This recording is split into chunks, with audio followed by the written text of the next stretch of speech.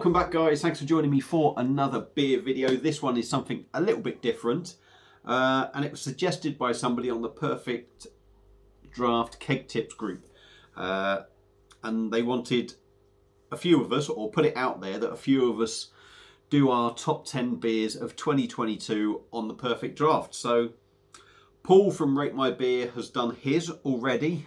He's got his one out, but he's just done a top 5. I'm going to go along with that sort of format rather than the top 10 because it's going to be really hard. So yeah, there's been 23 beers released. Just incidentally, I can't think of the lad's name who suggested it, and I know that it would be really hard to pronounce. So even if I did know it, I'd probably murder the pronunciation of it. So we'll just ignore that. No doubt the guy will see. So yeah. There's been 23 releases this year for the Perfect Draft. I will give you a list of them all. And I think it started back in February.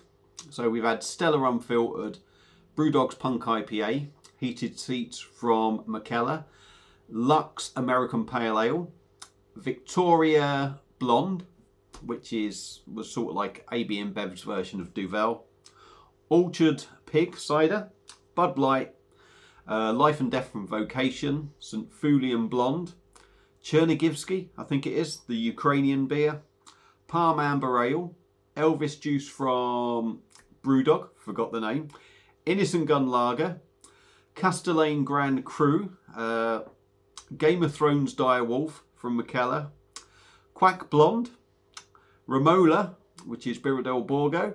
We've had Camden Hell's Lager, Adnams Ghost Ship, Quack Rouge, Green Mountain from Thornbridge, Hawkstone Lager, the old Jeremy Clarkson thing, and we had Hertog Jan's Bock beer. Now, they weren't necessarily out in that order, you know, so don't say, hang on, it was before then. That's Stella, I think, started it in February, but all the others I've just sort of like put out. So they're the ones that have been released.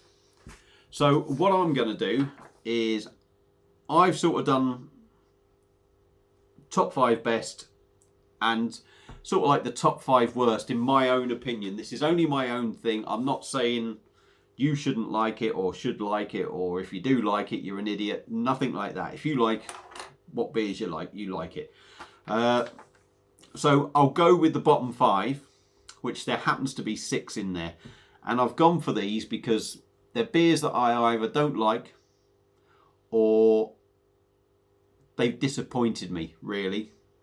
So, and again, these are in no particular order. First up, I've got Victoria. The Victoria Blonde, which was AB InBev's answer to Duvel. I was very unimpressed with it, to be honest. Big hopes. I had big hopes for it. I do like Duvel. I've had Hapkin on the blade behind me, and for me, that was very much like Duvel, but better.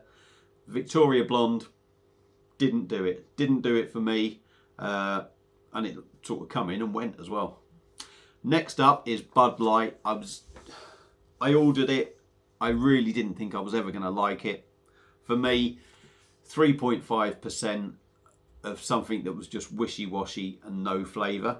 Yeah, price-wise, it is cheap. Good value, that sense. If you like them lighter beers, you may well like it, but for me, it was a big no-no. Next one was Romola. Now, that was the one that sort of took over Lisa, rebranded Lisa. I wasn't a massive fan of Lisa when I reviewed it all those years ago. So this has just been rebranded. It's basically Lisa again. Really just didn't do it for me, to the point that I was happily going to sell the other keg, just try and get some money back off it, because that's how disappointing it was for me. Next one was Punk IPA. Unfortunately, knowing what Punk was like when it was 5.6%, I mean, it was at 6% at one point. I never had it then. Only really started drinking it at 5.6%. Come on to the Perfect Draft, and although the beer, for me, is one that I could drink again. I wouldn't drink it again because it is just not that same beer as the 5.6% one, and it's not just that 0.2 of alcohol. I think the whole recipe sort of changed in it, and it was a big disappointment to see that. So yeah, so that's one of them in there as well. There's actually 6 beers in this, so I do apologise. It's sort of like, you know, bottom 5, bottom 6. Next one is Palm. Now, when I reviewed that, I actually quite enjoyed it, believe it or not. I didn't really slate it. But what I found with that, and this has gone in there, because what I found in that for me was after a few glasses, it was quite boring, it was quite hard work, and I did actually struggle to finish that keg. I just found it just didn't sort of set me well to like. Let me just have a quick slurp here. It didn't set me well to like. And it didn't have enough in it to make me actually want to go back and drink anymore, and that's why I struggled. So that's why I've put Palm in there. Although a reasonably nice beer, I found afterwards it was just a bit dull. And last but not least, and I think this quite possibly was the biggest, probably my worst beer that was released on the Perfect Draft this year, and it was Michela's Game of Thrones Dire Wolf. I don't know about Dire Wolf, diarrhea if you ask me. 4%, overpriced in my opinion, wishy-washy, lacked any sort of punchy flavour. Yeah, there were flavours in there, but everything was just so diluted, and that was really boring as well. I know at 4% people said, oh, it's sessionable, you can get it down. Yeah, yes, you can, but it was actually that boring that I really couldn't be arsed, and I did struggle my way through it. And that was another one. I bought the 2 keg pack, and I did actually sell the other keg for 30 quid. So I made a bit of a loss on it there, but I just thought there is no way I'm going to drink another keg of this. So they're my bad ones, if you like, of 2022. I'm waffling on a bit. So if you like, there's 6 sort of kegs in there that were disappointing. That leaves 17 that were pretty decent, I thought, and ones that I would drink again. So my top 5, in my opinion, and this is probably going to surprise a few people with a couple in there, but my top 5, and in 5th place, I'm going to say Castellane Grand Cru, a French beer, a French blonde.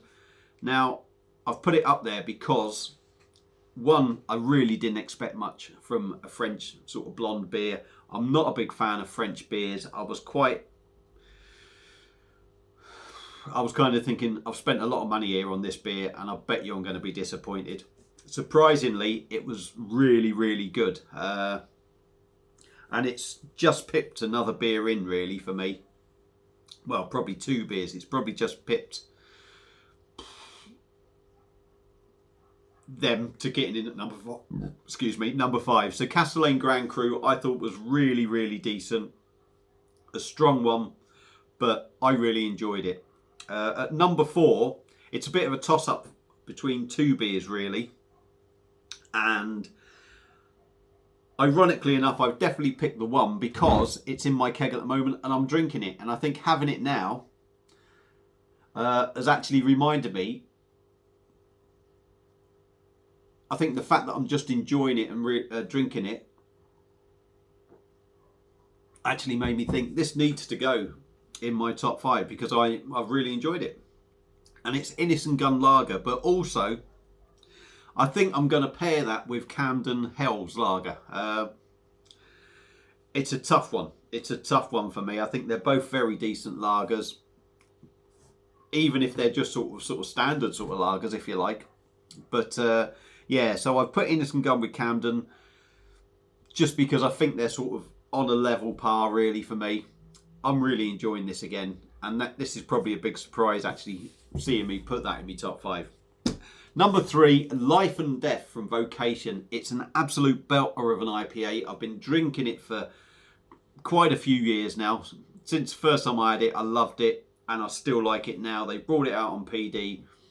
The beer is just even better on Perfect Draft. Yes, it's a bit more expensive, but it's made that transition to the PD with no problems. A much better beer as well out the PD. So that's got to go in at number 3 for me. Now, number 2 might be one that will surprise some people. because it might not be one that a lot of people would put in their top 5. But for me, I've put this in because I do like a fruit beer. And we've got Quack Rouge at number 2 for me. The Quack Brewery, absolutely bang on. The blonde was fantastic. The normal Quack's fantastic. The Castellane for me just sort of pipped Quack Blonde into 5th place. But the Rouge, I love a fruit beer. Really, really decent. It offers you something different, and I like it. I do like it. And it's a big old beefy number. I think 8% for a fruit beer. And it's not too sweet. It's still got all the beer side of it with that fruity sort of taste, that cherry sort of taste. So that's my number 2. What is going to be my number 1? My number 1 actually is, I think it, yeah. Was it? No. I'm not sure if it was the latest release actually on the Perfect Draft. And it's Hertog Jan's Bock beer. Absolutely banging. Absolute banging. If you've watched Paul's review, he ordered quite a few. He did order one for me extra just in case I couldn't get it, so that was very nice of him. Thankfully he likes it, so he didn't really care that he was going to be stuck with maybe another one. But yeah, Hertog Bock beer, an outstanding beer, a really outstanding beer, and that would be very high up. That would be in my top 5 for definite of my top 10 beers overall on the Perfect Draft. It's got a cracking percentage. It drinks like a dream. It's got a great body on it. It's got lots of flavour. And it is just a cracking drinking experience. So, yeah, number 1 for me, like I said, Hertog Jan Bock beer. That's it for this top 5 and top 5 best and top 5 worst /6.